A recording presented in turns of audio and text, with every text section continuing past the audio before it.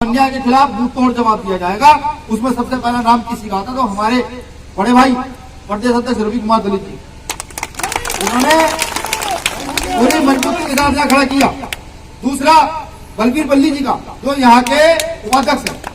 तीसरा नाम आता है महासचिव रामलाल कुल्लवी जी का। मैं माफी चाहूंगा, थोड़ा सा नाम लेने में दिक्कत हो जाती है तो दिक्कत हमारे, वो खड़े हुए उधर बहुत मजबूती से चीजों को सींच रहे हैं। शाम जो मैं जब यहाँ आया तो उन्होंने मुझसे कुछ सवाल जवाब किए, मुझे लगा, महसूस हुआ, कसम से अंदर से महसूस हुआ कि ये यूनिट, ये जो हिमाचल की जो यूनिट बनी है, ये 26वां राज्य है भीम आर्मी का, जहां झंडा और डंडा बुलंद हो गया। हमारे सचिव साहब हैं रजमान सिंह नेगी साहब, आपका व्यवहार, उपाध्यक्ष महोदय संजय कुमार सिंधु जी, उपाध्यक्ष चौबे राम भाटिया जी, शायद हम आप ही के होटल में रुके हुए हैं, पूरी सेवा कल से चल रही है। मीडिया प्रभारी जी राजेंद्र सूर्यवंशी जी, कार्यकर्ता सदस्य काका भाटिया भाई, कार्यकारिणी सदस्य अंकित भाटिया, राज्य कार्यकारिणी वह हमारी जो जिले के पदाधिकारी हैं। मैं प्रदेश कमेटी से भी उनका आभार व्यक्त करता हूँ, जो जिले के पदाधिकारी, जिले के विधानसभा के जो जोन के पदाधिकारी हैं, जिन्होंने पूरी मजबूती के साथ आज इस कार्यक्रम को भव्य बनाने का काम किया। प्रदेश कमेटी ने तो क्या है, उनका तो फर्ज है, लेकिन जो जिला कमेटी पूरी ताकत से इस काम को कर रही है। अब आप लोग बैठना, अब मैं भी थोड़े से उसमें सही वे में आ जाता हूँ बात करने की। देखिए, आज संविधान दिवस हम मना रहे हैं 26 नवंबर सन 1949 को बाबा साहब अम्बेडकर जी ने संविधान को बनाकर पूर्ण कर दिया। हालांकि 26 जनवरी सन 1950 को संविधान लागू हुआ। सही मायने में अगर हम देखें कि हम संविधान दिवस को किस मजबूती के साथ लेकर चल रहे हैं, यह सोचने का प्रश्न। अभी मैं घटना का जिक्र आपके सामने करूंगा। सिरमौर की घटना है। एक आरटीआई स्पेशलिस्ट थे केदार जिंदल साहब, सिरमौर में। 4 साल पहले मुझे बताया गया कि 4 साल पहले उनकी हत्या की गई थी, और निर्मम हत्या की गई थी। हत्या नहीं, निर्मम हत्या की गई थी। पीटा गया, काटा गया, गाड़ियों से कुचला गया, हत्या हो गई। क्योंकि हमारी जो जातियां हैं, उनसे जो है ना, इस प्रकृति का जो घास होता है, घास, वो भी चिढ़ जाता है। तो एक व्यक्ति जो आपके लिए आवाज उठा रहा था, उसकी हत्या कर दी गई। चलिए, हत्या हुई, हमारे तमाम संगठन समाज के लोग सड़कों पर आए होंगे, आंदोलन हुए होंगे, जैसा होता है। उसके बाद सरकार ने भी वादा किया कि उसके परिवार के भरण पोषण के लिए हम एक नौकरी की व्यवस्था उसके परिवार में करेंगे। शायद मकान की भी बताया था, अपने मकान की व्यवस्था, 2 व्यवस्था के लिए कहा गया, सरकार ने वादा किया। मुझे ये जानकारी मिली कि इस प्रदेश की सरकार में इतना दम नहीं रहा कि उस प्रदेश सरकार के लोगों ने एक व्यक्ति की, पढ़े लिखे व्यक्ति की हत्या कर दी हो, जो अपने संवैधानिक अधिकारों का प्रयोग कर रहा हो। इस सरकार में इतना दम नहीं है कि उसके घर के भरण पोषण के लिए कोई व्यवस्था करे। सोच लीजिए सरकार कितनी निकम्मी और नाकारा हो। तो हमें लड़ना है, लगातार लड़ना है। अभी मेरे साथी जैसे हमारे भाई, छोटे भाई मैक्सिम लिया, बहुत अग्रेसिव है। उत्तराखंड में झंडा डंडा दोनों तुरंत है, किसी भी मामले में कोई लड़ नहीं सकता, बहुत अग्रेसिव पन से बहुत सारी बातें हैं। लेकिन मेरा मानना है कि बाबा साहब अम्बेडकर ने जब हमें संविधान दिया, तो हमें उस संविधान की लाइन पर चल करके, अपने अधिकारों को जान करके इस देश की व्यवस्था को परिवर्तित करना। अगर हम संविधान से बाहर जाकर इस देश की व्यवस्था परिवर्तित करते हैं, तो मुझे लगता है कि शायद हम उस व्यवस्था को गलत दिशा की ओर लेकर मोड़ देंगे। तो हमें इस चीज का विशेष ध्यान रखना है कि हमें देश की व्यवस्था जो परिवर्तित करनी है, वो भारतीय संविधान के तहत परिवर्तित करनी है। क्योंकि मेरा जो जीवन है, ये जो बैठे इनका जीवन है, ये जो मेरी बहनें मात्र सत्या मुंह खोलकर बैठी हुई है, इनका जीवन, ये सफल किससे हुआ है? ये हुआ है सिर्फ और सिर्फ इससे हुआ है, इससे हुआ है। अब मेरा एक सवाल है, सन 2018 में दिल्ली की संसद के सामने भारतीय संविधान को जलाया जाता है, कितने लोगों को जानकारी? सन 2018 में दिल्ली की गलियों में भारतीय संविधान को जलाया जाता है। उस व्यवस्था को जलाया जाता है जो व्यवस्था 5 5000 साल की गुलामी का खात्मा करके हम लोगों की उन्नति का कारण बनी उस व्यवस्था को जलाया जाता है। मेरा सवाल यह है, इस देश इस प्रदेश में रहने वाले वो तथाकथित लोग जो ये कहते हैं कि हम अम्बेडकरवादी हैं, जो ये कहते हैं कि हम इस देश की व्यवस्था बदल देंगे, जो ये कहते हैं, ये मानते हैं कि हम बाबा साहब का सपना पूरा करेंगे, वो हाथ खड़े करके ये बताए कि कितने आपके एमपी एमएलए से आपने सवाल किया, कितने डीएम एसडीएम एसएसपी से सवाल किया कि दिल्ली की गलियों में संविधान को जलाया गया है, जिन लोगों ने संविधान जलाया है उनका क्या हुआ? हाथ खड़े करके वो व्यक्ति मुझे बताए जिसने सवाल अपने क्षेत्र के नेता से किया हो या अपने क्षेत्र के प्रशासनिक अधिकारी से। हाथ खड़ा करके बता दीजिए। बिल्कुल मैंने तो किया था साहब, मैंने किया था, मैं फुरानी में था, एसटीएफ की टीमें पीछे थी, फिर भी मैंने विरोध किया था दिल्ली में जाकर के। आप मैंने बता दीजिए कितने लोगों ने किया?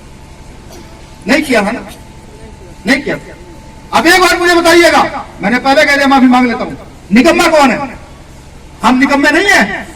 बाबा साहब अम्बेडकर के दिए अधिकार की बदौलत आज यहाँ खड़े हैं, अच्छा खा रहे हैं, पी रहे हैं, आर्टिकल 19 के तहत पूरा चीख चीख कर आगे मंत्रियों को पहुंच रहे हैं।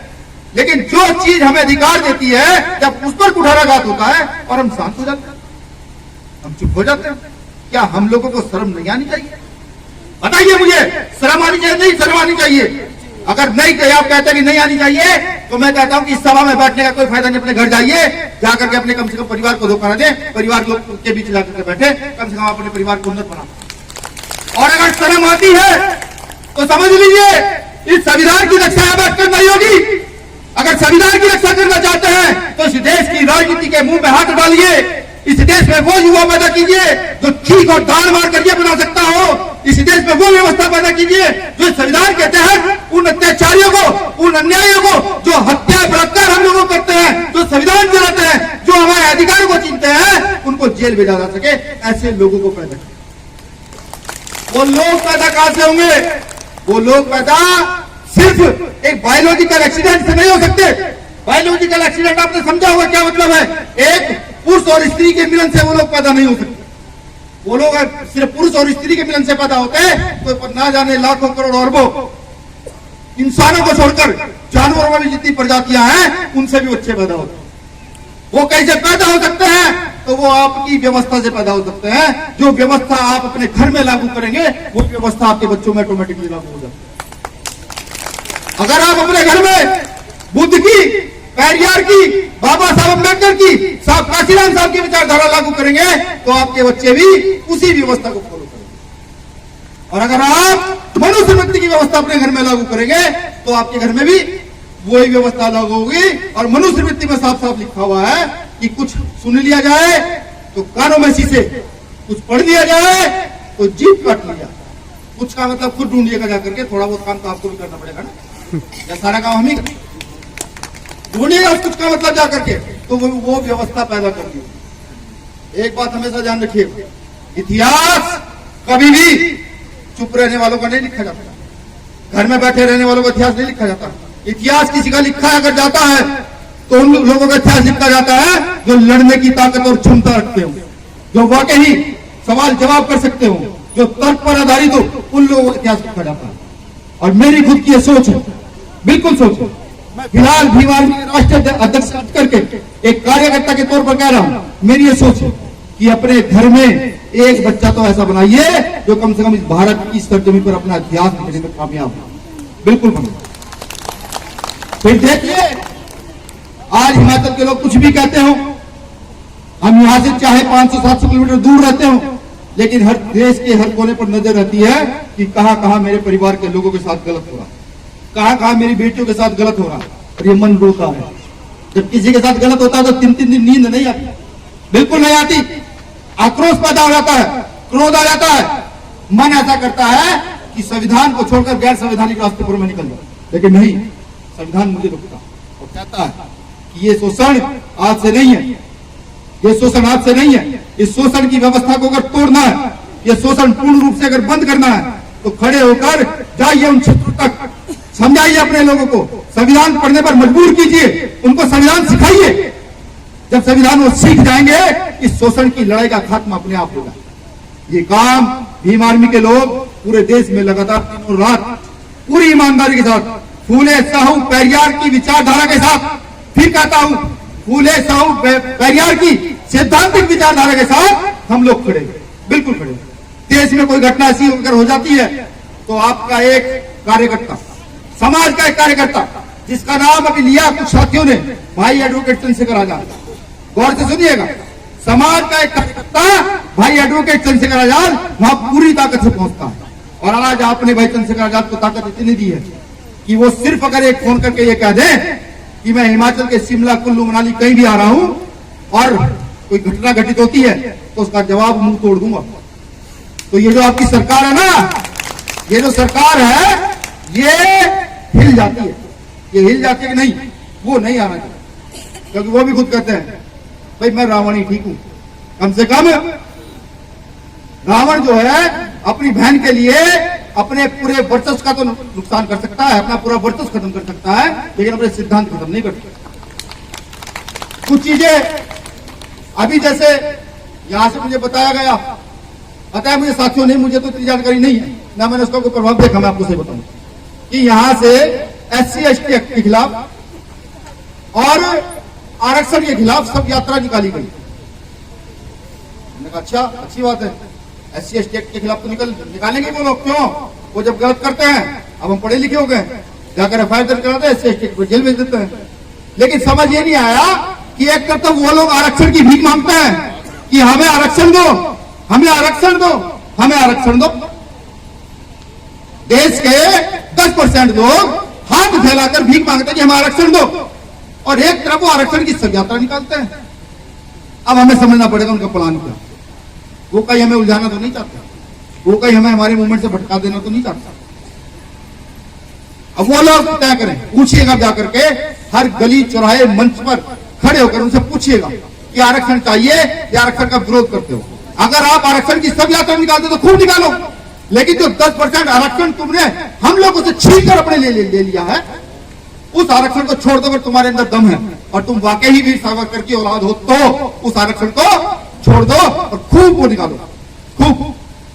लेकिन अगर आरक्षण ले लिया है बाबा साहब के संविधान के तहत, एक धोखेबाजी सरकार को यहां पर ला करके उस आरक्षण को स्थापित कर दिया है, तो ये गद्दारी क्यों? ये गद्दारी क्यों कि अब तुम लोग आरक्षण का भी विरोध कर रहे हो, आरक्षण कभी लेने के लिए लड़ते हो, कभी आरक्षण को खत्म करने के लिए लड़ते हो। तो इतिहास पर निगाह गई, जब इतिहास पर निगाह गई तो पता लगा ये तो गद्दारी पहले से है। सावरकर गद्दारी कर गया था, और भी तथाकथित समय पर 1 मिनट में मुकदमे लगा देगी सरकार, मुकदमे लगा देगी केंद्र सरकार कहेगी नहीं, इसको जेल में डाल दो, ने सच बोल दिया। तथाकथित आज के नेता भी जो केंद्रों में बैठे हुए हैं, वो भी उस समय अंग्रेजों की गुलामी करते थे, उनके पूर्वजों ने अंग्रेजों की गुलामी की। तो पता लगा कि गद्दारी का गुण आज से थोड़ा ही है, ये तो जनजात चला रहा है। तो ऐसे लोग, जो लोग तथाकथित तौर पर आरक्षण का विरोध करते हैं, तथाकथित तौर पर SC/ST एक्ट का विरोध करते हैं, तो उनको मैं समझा दूं, मैं बता दूं, आरक्षण कोई गरीबी उन्मूलन कार्यक्रम नहीं है, आरक्षण कोई खैरात में दी हुई चीज नहीं है, आरक्षण कोई तुम्हारे घर की जागीर नहीं है। ये सिर्फ और सिर्फ देश के दलित आदिवासियों को, देश की जो वो जातियां जो मेन स्ट्रीम से हमेशा पीछे रही है, जिनका हमेशा शोषण रहा है, जो आज भी उन्नत नहीं हो पा रही, ये आरक्षण उनके प्रतिनिधित्व को स्थापित करने के लिए, उनको समाज में खड़ा करने के लिए दिया गया है। और अगर वो लोग जिनके पुरखे राजा महाराजा रहे हो, उनको भी आरक्षण की जरूरत पड़ गई है, तो जो हमें भिखारी कहते हैं, अब वो क्या बन रहे? वो क्या बन रहे? वो भिखारी नहीं बन गई। तो मैं तो पूछता हूं उनसे, मैं कहता हूं यहां पे हिमाचल में, क्योंकि यहां पर ब्राह्मणवादी व्यवस्था के साथ साथ कॉन्स्टिट्यूशन के तहत, जिसको हम जनरल कहते हैं, उनकी भी संख्या बहुत आता है, बहुत आता है, बहुत दिन में आते हैं वो लोग हिमाचल के अंदर। मैं उनसे भी कहता हूं, जो उन कौम में प्रगतिशील लोग हैं, जो बाबा साहब अम्बेडकर को कोई 1% समझते हैं, जो ये कहते हैं नहीं, न्याय के आधार पर समाज की स्थापना होनी चाहिए, मैं तो कहता हूं उनसे, आइए आइए हम लोगों के खिलाफ, हम माफी चाहूंगा, आइए हम लोगों के साथ आवाज उठाइए, आरक्षण के खिलाफ नहीं, आइए जो देश में बलात्कार करते हैं उनकी अर्थ्यां निकालते हैं चलकर, साथ मिलते हैं उनकी अर्थ्यां निकालते हैं चलकर के, आइए आइए हम लोगों के साथ, जो देश के 90% वर्ग को शिक्षा के आधार पर आज भी पिछड़ रहे हैं, आइए उनकी अर्थ्यां निकालते हैं। चलिए हम तैयार, बीमार भी तैयार, बाबा साहब को मानने वाले तैयार, आइए अर्थी निकालते हैं, उन लोगों की निकालते हैं जो देश को लगातार बेचे जा रहे हैं। कैसे बेचे जा रहे हैं? जब अंग्रेज आए थे, कैसे आए थे जानकारी है? पहाड़ पर तो अंग्रेज बाद में चढ़े थे। ये जो हमारे तथाकथित आज के मुख्यमंत्री, तो माफी चाहूंगा, प्रधानमंत्री महोदय हैं, और ये जो पूरा कैबिनेट बन गया है, जहां के वो लोग रहने वाले हैं। दूसरा, बंगाल एक जगह जानते होंगे, वहां पर तथाकथित अंग्रेज आए थे व्यापार के लिए। समझने का प्रयास कीजिएगा मैं क्या कह रहा हूं। ये आने वाले समय के लिए, शायद आने वाले समय में फिर से किसी भगत सिंह को पैदा होना पड़ जाए, हो सकता, बिल्कुल हो सकता। ये वहां पर आए थे व्यापार के लिए, लेकिन क्योंकि हम लोग सीधे लोग थे, जिन लोगों ने इनको वहां व्यापार करने दिया, उन्हीं लोगों ने इनको राजा बना दिया। आज क्या समस्या है? वो क्या रहा है? रेलवे नहीं बिक रहा है, बीएसएनएल नहीं बिक रहा है, किसी संस्था का नाम तो बताइए नहीं बिक रहा है। बैंकों का क्या व्यापारीकरण नहीं हो रहा है? सारी चीजों का तो व्यापारीकरण हो गया है। तो आप क्या सोचते हैं, क्या देश पर पूंजीपति अंग्रेजों का राज स्थापित नहीं हो रहा है? बताइए मुझे। फिर पुनः इस देश को गुलाम बनाया जा रहा है। और अगर हम नहीं सुधरे, हम नहीं समझे, तो चिंता मत कीजिए। ये 2024 के चुनाव में कह देंगे चुनाव देशद्रोहियों और देशभक्तों का है। देशद्रोही कौन?